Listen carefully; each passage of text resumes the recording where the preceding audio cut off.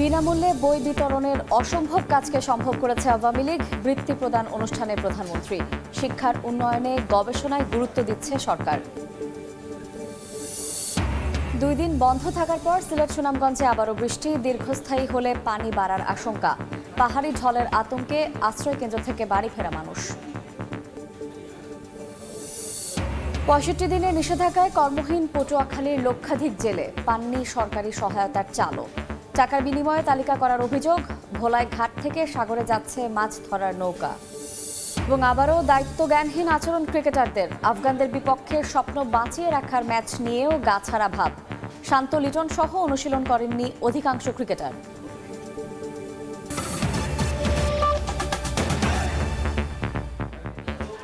সময় সংবাদের সঙ্গে আছে আমি শায়লা রহমান ইমা। বিনামূল্যে বই বিতরণকে অনেকে অসম্ভব বলে মনে করলেও আওয়ামী লীগ তা করে দেখিয়েছে বলে জানিয়েছেন প্রধানমন্ত্রী শেখ হাসিনা। সকালে রাজধানীর ওসমানী স্মৃতি মিলনায়তনে বঙ্গবন্ধু সৃজনশীল মেধা অন্বেষণের সেরা মেধাবী পুরস্কার এবং বঙ্গবন্ধু শেখ মুজিব স্কলার অ্যাওয়ার্ড 2023 অনুষ্ঠানে একথা বলেন সরকার প্রধান। এছাড়া শিক্ষার উন্নয়নে সরকার গবেষণায় গুরুত্ব দিচ্ছে বলেও জানান প্রধানমন্ত্রী।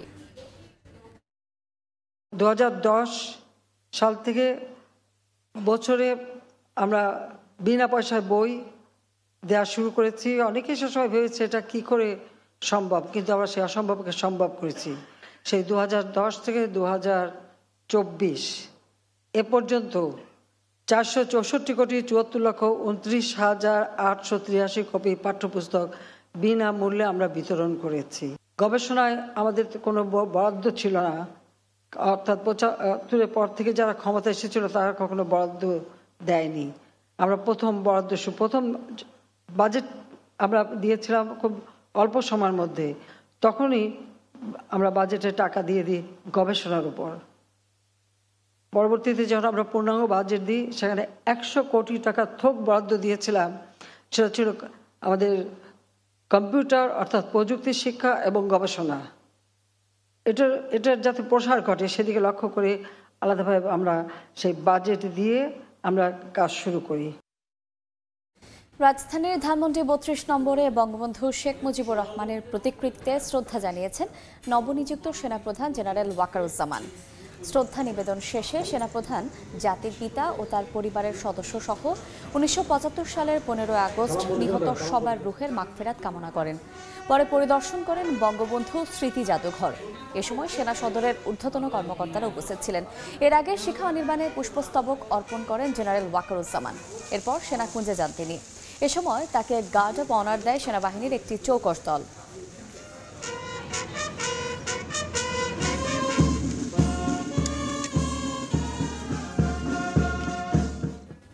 এবার বানভাসী মানুষের খবর। গেল 2 দিন রোদের দেখা মিললেও সিলেট ও সুনামগঞ্জে আবারও বৃষ্টি শুরু হয়েছে। বৃষ্টি অব্যাহত থাকলে নদ নদীর পানি আবারও বাড়ার শঙ্কা দেখা দিয়েছে। এই মুহূর্তে সিলেটের সুবহানি ঘাটে আছেন রিপোর্টার ইকরামুল কবির এবং সুনামগঞ্জের সদরে আছেন আমিনুল ইসলাম। প্রথমেই সরাসরি যাচ্ছে ইকরামুলের কাছে। সিলেট নগরীর 15 নম্বর ওয়ার্ডে। এই 15 নম্বর ওয়ার্ডে আমার পিছনে যেটি আছে সেটি মৌবন্ড আবাসিক এলাকা, পাশে রয়েছে উপকণ্ঠ আবাসিক এলাকা, পাশে রয়েছে যতরপুর। এই এলাকাটা পুরোটা কিন্তু পানির নিচে তলিয়েছিল। আমি যদি একটা বিল্ডিংয়ের যে এখানে আছে 4 তলা একটা ভবনের যদি একটু দেখাতে চাই কী পরিমাণ পানি উঠেছিল, এই পরিমাণ পানি উঠেছিল, এখন পানি নেমে গিয়েছে। কিন্তু মানুষের ভোগান্তি কমেনি, কিন্তু আবহাওয়া মাঝে মাঝে মানুষকে আশার আলো দেখিয়ে আবার বৈরী হয়ে যায়। আজকে সকালবেলা 6টা থেকে মুষলধারে বৃষ্টি শুরু হয়েছিল 9টা পর্যন্ত, যদিও 51 মিলিমিটার বৃষ্টিপাত হওয়ার পরে আবার বৃষ্টি চলে যায় এবং এখন রৌদ্র উজ্জ্বল পুরো দিন আছে, যার কারণে এখন আর আবহাওয়া বৈরী হওয়ার সম্ভাবনা আপাতত নেই। কিছু সময় আগে জাহাঙ্গীর কবির নানক পাট ও বস্ত্রমন্ত্রী প্রধানমন্ত্রী শেখ হাসিনার পক্ষ থেকে বানভাসী মানুষদের জন্য 24 নম্বর ওয়ার্ডের বানভাসী মানুষদের জন্য ত্রাণ বিতরণ করেছেন এবং তিনি এই মুহূর্তে দক্ষিণ সুরমা আছেন। দক্ষিণ সুরমায় বিভিন্ন ওয়ার্ডের বানভাসী মানুষের মধ্যে ত্রাণ বিতরণ করছে প্রধানমন্ত্রী। কিন্তু আমরা দেখেছি বিভিন্ন মন্ত্রী এই পর্যন্ত ঈদের পর থেকে এ পর্যন্ত বিভিন্ন মন্ত্রী কিন্তু সিলেটে আসছেন, বারবার আসছেন। মন্ত্রী, প্রতিমন্ত্রী, সে ত্রাণমন্ত্রী এবং পানি সম্পদ মন্ত্রী, আজকে আসলেন মন্ত্রী, পাট ও বস্ত্রমন্ত্রী মন্ত্রী, এবং সবাই কিন্তু সিলেটে আসছে। বানভাসী মানুষদের পাশে এসে দাঁড়াচ্ছেন এবং সুনামগঞ্জের বানভাসী মানুষদের পাশে এসে দাঁড়াচ্ছেন। প্রধানমন্ত্রীর নির্দেশে তারা এসে এসে বারবার আশ্বস্ত করছেন প্রচুর পরিমাণে পর্যাপ্ত পরিমাণে ত্রাণ রয়েছে সরকারের, কোনো বানভাসী মানুষের কারো কেউ যেন কোনো বিপদে না পড়ে, কেউ যেন অধ্যাহারে অনাহারে না থাকে, সেই জন্য প্রধানমন্ত্রীর পক্ষ থেকে ত্রাণ বিতরণ করছে। এবং সব কিছু মিলে বলা যায় ধীরে ধীরে পানি নামছে। তবে এখন পর্যন্ত সুরমা নদীর পানি কানাইঘাটে বিপদসীমার উপরে আছে এবং কুশিয়ারা নদীর 3টি পয়েন্টে, ফেঞ্চুগঞ্জ, শেরপুর এবং অমলসিতে 3টি পয়েন্টে এখনও বিপদসীমার উপরে আছে। খুব ধীরে ধীরে পানি নামছে। এর কারণ হচ্ছে কি, সুনামগঞ্জে যে হাওরগুলো আছে, সিলেটের যে হাওরগুলো আছে, সব হাওরগুলো ভর্তি হয়ে উপচে পানি পড়ছে, যে কারণে পানি নামছে না। মোটামুটি এই ছিল সিলেট অঞ্চলে যে বন্যা পরিস্থিতি উন্নতি হচ্ছে তার সবশেষ খবর। এবার আমি যাচ্ছি সুনামগঞ্জের খবর জানার জন্য। সেখানে রয়েছেন আমাদের সহকর্মী আমিনুল ইসলাম, তিনি জানাচ্ছেন সেখানকার সর্বশেষ পরিস্থিতি।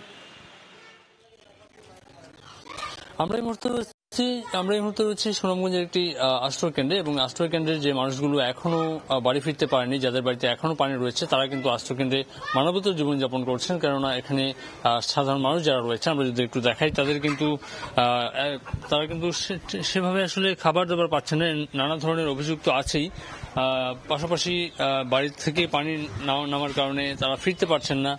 কোনো রকমে আসলে জীবন পার করছেন এই আশ্রয়কেন্দ্রগুলোতে গাদাগাদি করে।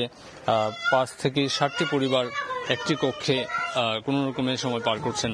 আমরা যদি একটু দেখাই যারা এখানে রয়েছেন, তারা আসলে কি খাওয়া দাওয়া করছেন, যখন যেটি পাচ্ছেন, বিশেষ করে কিছু ফল যদি পাওয়া যায়, যেমন আমরা একজনকে দেখতে পাচ্ছি, তারা ফল দিয়ে কোনো রকমে আজকের দুপুরটা পার করছেন। এভাবে আসলে যখন হাতের কাছে পাওয়া যাচ্ছে, যখন রান্না হচ্ছে না, তখন ফল দিয়ে আহার সারছেন। কেউ যদি কিছু দিয়ে যায়, বিশেষ করে যখন বিভিন্ন স্বেচ্ছাসেবী সংগঠন, বিশেষ করে আমরা এখানে এসে শুনেছি যে সরকারি পক্ষ থেকে এখনো পর্যন্ত তেমন ভাবে কোনো সহায়তা তারা এখনো পাননি, কিন্তু স্থানীয় দু একজন তাদেরকে কিছু খাবার দিয়েছেন। তারা তাদের পর্যায় থেকে যেটুকু পেয়েছেন সেটি দিয়ে আসলে তাদের প্রয়োজন ছেড়েছেন। আমরা দুইজনের সঙ্গে একটু কথা বলবো। এখনো পর্যন্ত তাদের কি অবস্থা আমরা একটু জানতে চাই। এই যে কতদিন যাবত আপনারা আছেন এবং ফিরতে পারছেন না কেন? আপনারা বলছেন যে এখনো পানি রয়েছে ঘরে। আজকে আমরা 10-12 দিন ধরে কলেজের ফিরে আছি। বর্তমানে আমরা পানি ওঠার পর থেকে আমরা এলাকার নুরুল ভাই উনি একদিন দিছিল খিচুড়ি কইরা 2 বেলা খাইছি। আর একদিন আইছিল আমরা খিচুড়ি গাড়িয়ে লইয়া হারি, এটা ফুটি চাউল, এটা ফিরত লইয়া গেছে। একদিন পাইছি আমরা চিরা, আর কালকে 5 কেজি চাউল, 1 কেজি তেল, আধা কেজি ডাল, এগুলো আমরা কালকে পাইছি। ওই 3 দিন আমরা বরাদ্দ পাইছি পানিটা আওয়ার পর থেকে। আর কোন শুনছিলেন যে এভাবে আসলে কোন রকমের দিন পার করে দেওয়ার চেষ্টা করছেন, এবং হয়তো পানি যতক্ষণ পর্যন্ত না নামছে ততক্ষণ তারা ফিরে যেতে পারছেন না। এই ছিল আসলে সুনামগঞ্জ থেকে। সরকারি কর্মকর্তা সহ যে কারো বিদেশ যাত্রায় নিষেধাজ্ঞা পেলে আইনগত ব্যবস্থা নেওয়া হবে বলে জানিয়েছেন পুলিশের মহাপরিদর্শক চৌধুরী আব্দুল্লাহ আল মামুন। সকালে ঢাকা রেঞ্জ পুলিশ প্রতিষ্ঠার 110 বছর পূর্তি উপলক্ষে আয়োজিত র্যালি শেষে সাংবাদিকদের একথা বলেন তিনি। আমরা যে কাউকেই যে কোনো সময় স্টপ করতে পারি না, এটা একটা আইনানুগ প্রক্রিয়া। আইনানুগ প্রক্রিয়ায় যখন যেটা করা হয়, এটার যে রিকোয়ারমেন্ট আছে সেই অনুযায়ী আমরা দায়িত্ব পালন। আমরা যে মানুষকে সেবা দিয়ে যে আসছি, এই সেবার যে ঐতিহ্য, বাংলাদেশ পুলিশ 100 বছরের অধিককাল যাবৎ এই দেশে আমরা সেবা দিয়ে আসছি, এবং সফলভাবে আমরা দেশের আইনশৃঙ্খলা পরিস্থিতি নিয়ন্ত্রণ রাখছি। টানা 65 দিনের নিষেধাজ্ঞায় কর্মহীন পটুয়াখালীর লক্ষাধিক জেলে। আয়ের উৎস না থাকায় তাদের পরিবারের দিন কাটছে খেয়ে না খেয়ে। এদিকে নিবন্ধিত জেলেরা সরকারি সহায়তার চাল পেলেও তালিকায় নাম না থাকায় বঞ্চিত হচ্ছেন প্রায় 1.5 লাখ। জনপ্রতিনিধিরা টাকার বিনিময়ে তালিকা করেন বলেই এমন পরিস্থিতি, অভিযোগ তাদের। বিস্তারিত শিকদার জাবির হোসেনের রিপোর্টে, ক্যামেরায় ছিলেন তৌকিব পেদা। সাগরপাড়ের উপজেলা রাঙ্গাবালির জেলে মফিদুল মাঝি শৈশব থেকেই বঙ্গোপসাগরে মাছ শিকার করে জীবিকা নির্বাহ করেন। মাছ ধরে বয়স 40-এর গণ্ডি পেরোলেও আজও তার নাম অন্তর্ভুক্ত হয়নি জেলে নিবন্ধন তালিকায়, তাই পান না সরকারি কোনো সহায়তা। বর্তমানে সমুদ্রে মাছ শিকার বন্ধ থাকায় পরিবার পরিজন নিয়ে দিন কাটছে খুবই কষ্টে। আমার এই জাল্লে কাট না থাকা আমি সরকারি কোনো সুযোগ সুবিধা পাই না। এই 65 দিনের অভাবে আমরা মাছ ধরতে না, বইয়ে বইয়ে খাই। একই অবস্থা পটুয়াখালীর উপকূলের প্রায় 1.5 লাখ জেলের, যারা জীবনভর সমুদ্রে মাছ শিকার করেও পাননি জেলে হিসেবে সরকারি স্বীকৃতি। নিবন্ধন তালিকা করার সময় স্থানীয় জনপ্রতিনিধিরা টাকার বিনিময়ে অন্য পেশার লোকদের অন্তর্ভুক্ত করায় বাদ পড়েন অনেকে। অভিযোগ জেলেদের, কোনো কাঠ কুটামো করে দেয় না মেম্বারে, যদি আমরা যাই কয় তোমার কাঠ নাই, তোমরা যাই গিয়ে বন্ধ দেওয়া নেই, তামাক কামাই বাণিজ্য নাই, মা বাবা মেয়ে ছেলে নিয়ে সবাইকে নিয়ে রাখে মারা লাগে। মৎস্য বিভাগ বলছে তালিকাভুক্ত সব জেলেকে খাদ্য সহায়তার চাল দেয়া হয়েছে, আর যারা নিবন্ধনের বাইরে রয়েছেন তাদেরও তালিকাভুক্ত করা হচ্ছে। 86 কেজি করে চাল পাবে প্রত্যেকটা জেলে পরিবার। আর যারা অনিবন্ধিত আছেন এমন জেলেদের আমরা এর ভিতরে তথ্য নিয়েছি এবং আমরা তাদের জন্য যত দ্রুত সম্ভব নিবন্ধন করা যায় তার ব্যবস্থা গ্রহণ করছি। সামুদ্রিক মাছের প্রজনন ও উৎপাদন বৃদ্ধির লক্ষ্যে প্রতি বছর 20 মে থেকে 23 জুলাই পর্যন্ত বঙ্গোপসাগরে সব ধরনের মাছ শিকারের উপর নিষেধাজ্ঞা জারি করে সরকার। সমুদ্র উপকূলীয় জেলা পটুয়াখালীতে নিবন্ধিত জেলের সংখ্যা 86,000। তবে এর বাইরেও অন্তত 1.5 লাখ মানুষ জেলে পেশার উপর নির্ভরশীল। শিকদার জাবির হোসেন, সময় সংবাদ, পটুয়াখালী।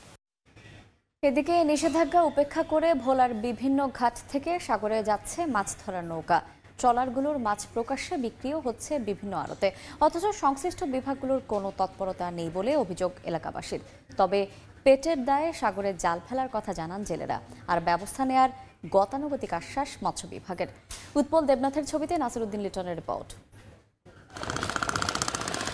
সমুদ্রে মাছের প্রজনন ও উৎপাদন বৃদ্ধিতে প্রতি বছরের মতো এবছরও 20 মে থেকে 23 জুলাই পর্যন্ত সাগরে চলছে 65 দিনের নিষেধাজ্ঞা। এ সময় কেউ সমুদ্রে কোনো মাছ ধরতে পারবেন না। অথচ চলমান নিষেধাজ্ঞার মধ্যেই সাগর থেকে 30 মণ ইলিশ নিয়ে 19 জুন ভোলার চরফেশনের সামরাজ ঘাটে আসে এফবি ইশরাত নামের একটি ট্রলার। ঘাটে আসা সব ট্রলারেই 20 থেকে 40 মণ করে ইলিশের পাশাপাশি অন্যান্য সামুদ্রিক মাছ ছিল। ট্রলার থেকে মাছ নামিয়ে আড়তে বিক্রি করা হয় প্রকাশ্যেই। এদিকে সাগরে যাওয়ার প্রস্তুতি নিয়ে ঘাটে অপেক্ষা করছে আরও অর্ধশতাধিক মাছ ধরার ট্রলার। স্থানীয়রা জানান, নিষেধাজ্ঞা শুরু থেকেই সামরাজ, পাঁচকপাট, কচ্ছপিয়া, বকশী ও মনপুরার বিভিন্ন ঘাট থেকে এসব ট্রলার নিয়মিত সাগরে যাওয়া আসা করছে। এমনকি নিষেধাজ্ঞার কোনো প্রভাব দেখা যায়নি ঘাটগুলোতে। তবে পরিবারের প্রয়োজনেই নিষেধাজ্ঞা অমান্য করে সাগরে যাওয়ার কথা জানান জেলেরা।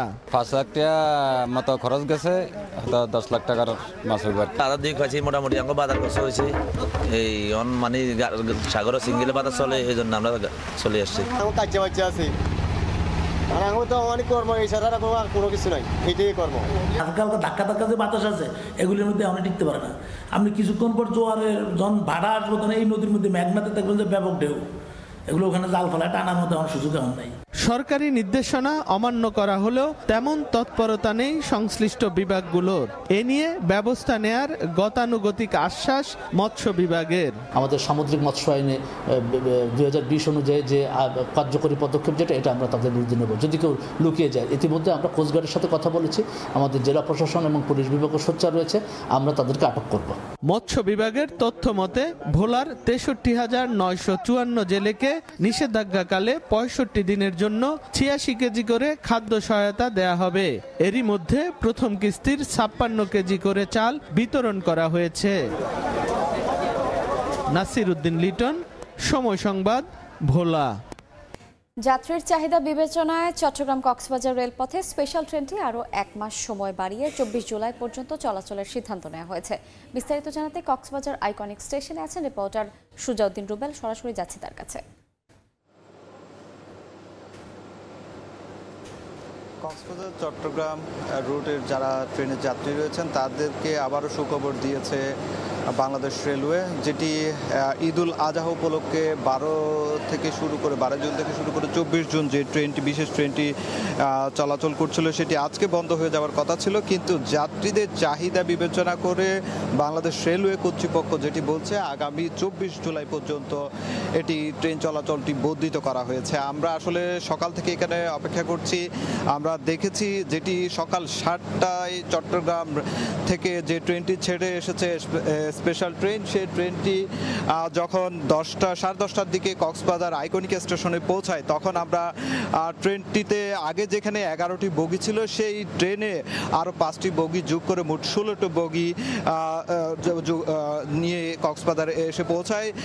যাত্রীরা যেমন ট্রেনে সিটে বসেছিলেন, ঠিক তেমনি অনেকে সিট না পেয়ে অনেকে দাঁড়িয়ে এসেছে এবং অনেকে আমরা লক্ষ্য করেছি তারা ট্রেনের ছাদেও এসেছে। এভাবে করে আসলে চট্টগ্রাম কক্সবাজার রুটের যে যাত্রীদের চাহিদা যে বেশি, সেটি আসলে ট্রেনটি যখন এসেছিল তখনই আসলে লক্ষ্য করা গেছে। এই ট্রেনটি আজ 10:30 এসেছে, আবার পুনরায় সেটি সন্ধ্যা 7টায় আবার সেটি চট্টগ্রাম উদ্দেশ্যে রওনা হবে। তবে আমরা যাত্রীদের সঙ্গে কথা বলেছিলাম, যাত্রীরা যে বিষয়টি বলছে, এই ট্রেনটি দীর্ঘদিনে তাদের দাবি ছিল, যেহেতু সরকারের মেগা প্রকল্প হিসাবে 2000 থেকে চট্টগ্রাম 101 কিলোমিটার যে রেলপথ সেটি নির্মাণ হওয়ার পর গত বছরের 11ই নভেম্বর সেটি প্রধানমন্ত্রী শেখ হাসিনা উদ্বোধন করে এবং এরপর ঢাকা কক্সবাজার রুটে 2টি পর্যটকবাহী ট্রেন চলাচল করে। এরপর থেকে কিন্তু দাবি উঠছিল যাতে দ্রুত কক্সবাজার চট্টগ্রাম রুটে ট্রেন চলাচল স্বাভাবিক করা হয় এবং ট্রেন দেওয়া হয়। সেটির প্রেক্ষিতে গত ঈদে কিন্তু ঈদুল ফিতরের সময় এই বিশেষ ট্রেনটি চালু হয়। পরবর্তীতে ইঞ্জিন এবং লোকোমাস্টার সংকট দেখিয়ে 30শে মে সেটি বন্ধ করে দেওয়া হয়, আবার ঈদুল আজহা উপলক্ষে সেটি চলাচল করে। এখন আবার পুনরায় চালু হয়েছে, সেটি আগামী জুলাই পর্যন্ত বর্ধিত করা হয়েছে। তবে যাত্রীদের দাবি এটি পুরো 12 মাস যাতে চলাচল করে। তো এ ছিল আমার কাছে কক্সবাজার আইকনিক স্টেশন থেকে সবশেষ। আমরা সরাসরি ছিলাম কক্সবাজার আইকনিক রেল স্টেশনে। ভারতের সঙ্গে কমছে বাংলাদেশের বাণিজ্য ঘাটতি। দেশটির বাণিজ্য ও শিল্প মন্ত্রণালয়ের তথ্য দিচ্ছে এই বার্তা। বলছে 2021-22 অর্থ বছরের 1417 কোটি 84 লাখ ডলারের বাণিজ্য ঘাটতি কমে 2023-24-এ দাঁড়িয়েছে 921 কোটি ডলারে। ভারতে রফতানি বাড়িয়ে ঘাটতি আরও কমানোর তাগিদ ব্যবসায়ীদের। বাংলাদেশের অন্যতম বাণিজ্য অংশীদার প্রতিবেশী দেশ ভারত। অবশ্য দেশটিতে যে পরিমাণ পণ্য রফতানি করে বাংলাদেশ, আমদানি করা হয় তার কয়েক গুণ বেশি। ফলে বরাবরই ভারতের সঙ্গে বড় বাণিজ্য ঘাটতিতে থাকে বাংলাদেশ। ভারতে অর্থবছর হিসাব করা হয় এপ্রিল থেকে পরবর্তী মার্চ পর্যন্ত। ভারতের বাণিজ্য ও শিল্প মন্ত্রণালয়ের তথ্য বলছে 2021-22 অর্থ বছরে বাংলাদেশে 1615 কোটি 63 লাখ ডলার মূল্যের পণ্য রফতানি করেছে দেশটি, যা 2022-23 অর্থ বছরে 24.39% কমে নামে 1221 কোটি 59 লাখ ডলারে। আর 2023-24 অর্থ বছরে আরও 9.45% কমে নামে 1106 কোটি 12 লাখ ডলারে। অন্যদিকে বৈশ্বিক বিভিন্ন চ্যালেঞ্জের মধ্যেও ভারতের সঙ্গে রফতানি বাণিজ্যে সুদিন দেখে বাংলাদেশ। 2022-23 অর্থ বছরে প্রথমবারের মতো ভারতে বাংলাদেশের রফতানি 200 কোটি ডলার ছাড়িয়ে যায়। অবশ্য 2023-24 অর্থ বছরে যুদ্ধ বিঘ্নিত বৈশ্বিক পরিস্থিতিতে খানিকটা ছন্দপতন ঘটে। রফতানি দ্বারা 184 কোটি 46 লাখ ডলারে। অবশ্যই পরিসংখ্যানে লুকিয়ে আছে অন্য এক বার্তা। ভারতের সঙ্গে কমছে বাংলাদেশের বাণিজ্য ঘাটতি। 2021-22 অর্থ বছরে বাণিজ্য ঘাটতি ছিল 1417 কোটি 84 লাখ ডলার। পরের বছর তা কমে দাঁড়ায় 1000 কোটি ডলারের কিছু বেশি। আর 2023-24-এ তা 20 কোটি ডলারে। এমন প্রেক্ষাপটে রফতানি বাড়িয়ে বাণিজ্য ঘাটতি আরও নামিয়ে আনার তাগিদ ব্যবসায়ী নেতাদের। আমাদের ট্রেড ভলিউমটা কমে গেছে। এই ভলিউমটা কমার পিছনে আসলে কিন্তু এটা আমাদের দেশের একটা স্ট্র্যাটেজি ছিল। আমার ইম্পোর্ট অ্যান্ড এক্সপোর্ট দুটোই কমেছে। ইট ডাজ নট মিন যে আমার এক্সপোর্ট ভালো হয়েছে বা আমাদের যে বলি যে ব্যবসার যে সামঞ্জস্য, ব্যালেন্স অফ ট্রেড, এইটাতে আমরা বেটার হয়েছে তা না। আসলে একমাত্র ওয়ে হচ্ছে টু এক্সপোর্ট মোর। তথ্য বিশ্লেষণে দেখা যায় ভারত থেকে আমদানির তালিকার শীর্ষে রয়েছে তুলা, জ্বালানি তেল, ভিটামিন ও অন্যান্য খনিজ পদার্থ, রেল ও ইঞ্জিনের বিভিন্ন যন্ত্রাংশ এবং পারমাণবিক বিদ্যুৎ কেন্দ্রের যন্ত্রপাতি। অন্যদিকে ভারতের রফতানি তালিকার শীর্ষে রয়েছে তৈরি পোশাক, সুতা ও অন্যান্য টেক্সটাইল পণ্য। ইয়ানুর শিফাত, সময় সংবাদ, ঢাকা।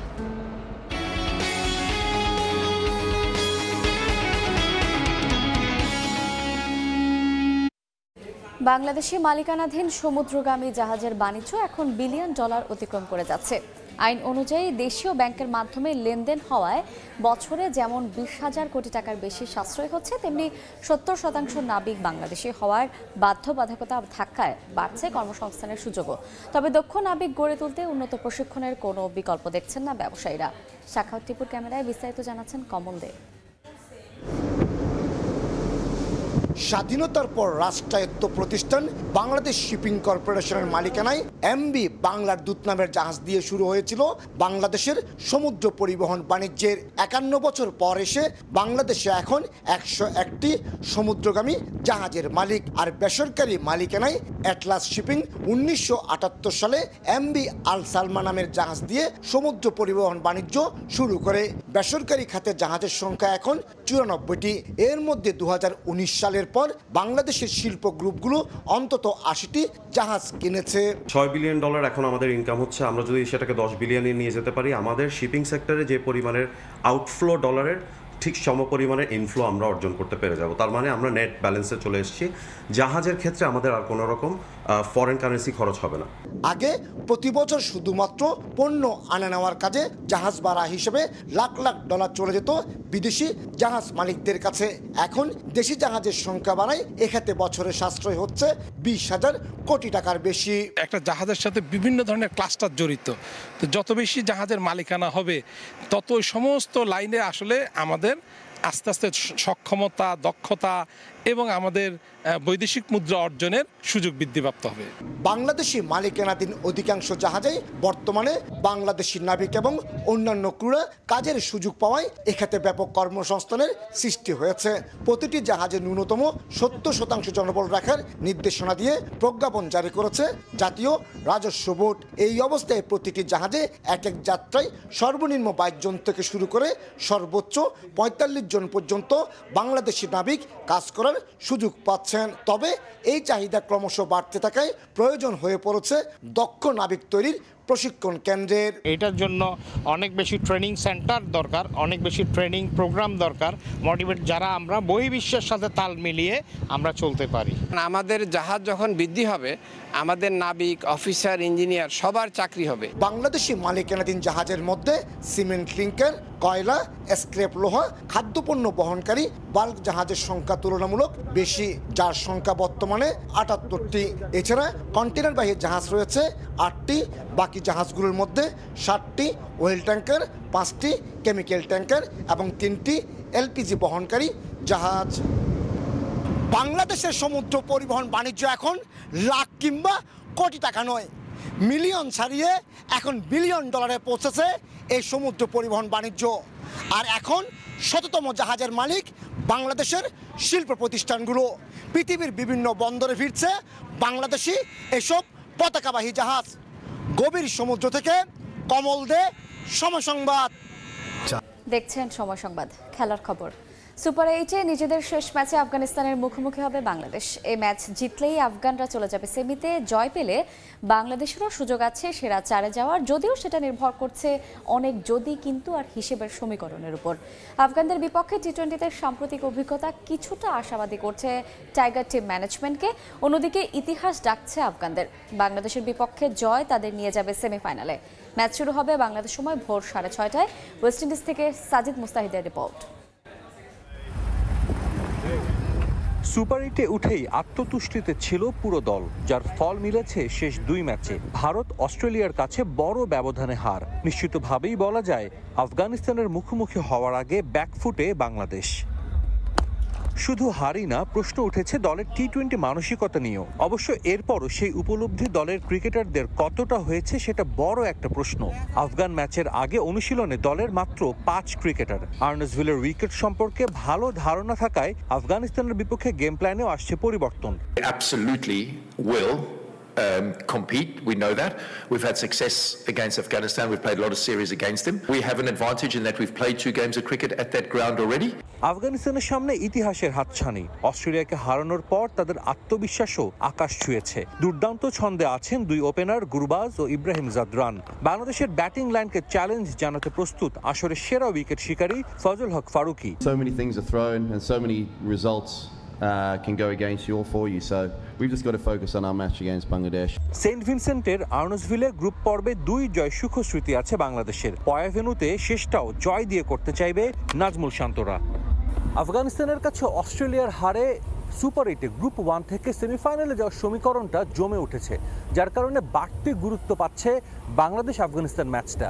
এরই মধ্যে অস্ট্রেলিয়া নিউজিল্যান্ডকে হারিয়ে চোখ রাঙানি দিচ্ছে আফগানরা। তবে এই ম্যাচে মাঠে নামার আগে বাংলাদেশকে সাহস দিতে পারে বিশ্ব আসরে কখনোই আফগানদের কাছে না হারার রেকর্ড। সাজিদ মুস্তাহিদ, সময় সংবাদ, ওয়েস্ট ইন্ডিজ। বিশ্বকাপের হাই ভোল্টেজ ম্যাচে আজ মুখোমুখি হবে ভারত ও অস্ট্রেলিয়া। অজিদের হারিয়ে সেমিফাইনাল নিশ্চিতের লক্ষ্য টিম ইন্ডিয়ার। বাঁচা মরার ম্যাচে বড় জয়ের পাশাপাশি নেট রান রেটে এগিয়ে যাওয়ার লক্ষ্য অজিদের। ড্যারেন স্যামি স্টেডিয়ামে ম্যাচটি শুরু হবে রাত 8:30টায়। এ যেন সেমিফাইনালের আগেই আরেক semifinal. Bharat Australia big match যেন মনে করিয়ে দিচ্ছে 2023 ওয়ানডে বিশ্বকাপের ফাইনালের কথা। ভারতের অপ্রতিরোধ্য যাত্রা থেমেছিল অস্ট্রেলিয়ার কাছে। এবার ফাইনাল নয়, টি-20 বিশ্বকাপের সেমিফাইনালের মঞ্চে জায়গা করে নেয়ার গুরুত্বপূর্ণ লড়াইয়ে দেখা হচ্ছে দু দলের।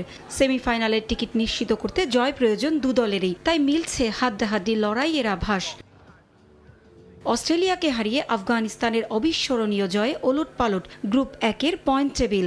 সেমিফাইনালের দরজা এখন খোলা আছে সবার জন্যই। তবে ভারত, অস্ট্রেলিয়া ও আফগানিস্তানের চেয়ে বেশ পিছিয়ে আছে বাংলাদেশ। সুতোয় ঝুলে আছে টাইগারদের সেমির ভাগ্য। 2 জয় ও নেট রান রেটে এগিয়ে থাকায় কিছুটা সুবিধাজনক অবস্থায় আছে ভারত। তবে হারলে ঝুঁকির মধ্যে পড়ে যাবে তাদের সেমিফাইনালের স্বপ্ন। তাই ছাড় দিতে নারাজ রোহিত শর্মার দল। বুমরা, কুলদীপ যাদবদের দুর্দান্ত ফর্মের সঙ্গে শক্তিশালী ব্যাটিং লাইন আপের পরও প্রতিপক্ষ অস্ট্রেলিয়া হয় স্বস্তিতে থাকতে পারছে না টিম ইন্ডিয়া। প্রতিপক্ষ অস্ট্রেলিয়ার জন্য ম্যাচটা বাঁচার মরার। 2021 সালের চ্যাম্পিয়নরা হারলে কিছুটা আশা টিকে থাকবে তাদের। তখন তাদের তাকিয়ে থাকতে হবে বাংলাদেশ ও আফগানিস্তান ম্যাচের ফলাফলের দিকে। তবে খাদের কিনারায় দাঁড়িয়ে ঘুরে দাঁড়াতে জানে অজিরা, তাই স্বপ্ন বুনছেন অধিনায়ক মিচেল মার্শ। টানা 2 হ্যাট্রিকে অধিনায়কের বড় আস্থা প্যাট কামিন্স। ওয়ার্নারদের ফর্মও আশা যোগাচ্ছে অজিদের। তাই ভারতকে বড় ব্যবধানে হারিয়ে জয়ের পাশাপাশি নেট রান রেটে এগিয়ে থাকতে চায় অস্ট্রেলিয়া। ভারত ও অস্ট্রেলিয়া এখন পর্যন্ত টি-20তে মুখোমুখি হয়েছে মোট 31 বার।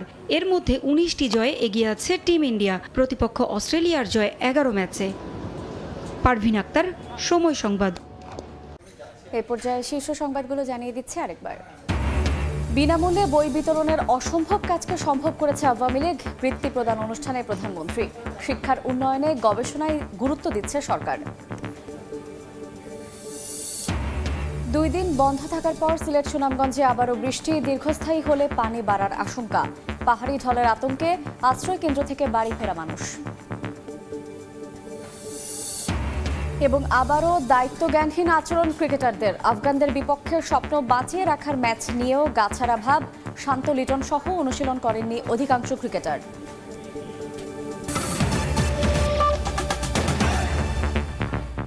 এই ছিল সময় সংবাদে। খেলার সময় সঙ্গে থাকবেন সহকর্মী মাকসুম আলম খান। ইমা, ধন্যবাদ আপনাকে। খেলার সময়ের আয়োজন নিয়ে ফিরছি কিছুক্ষণ পর, সঙ্গেই থাকুন সময়ের।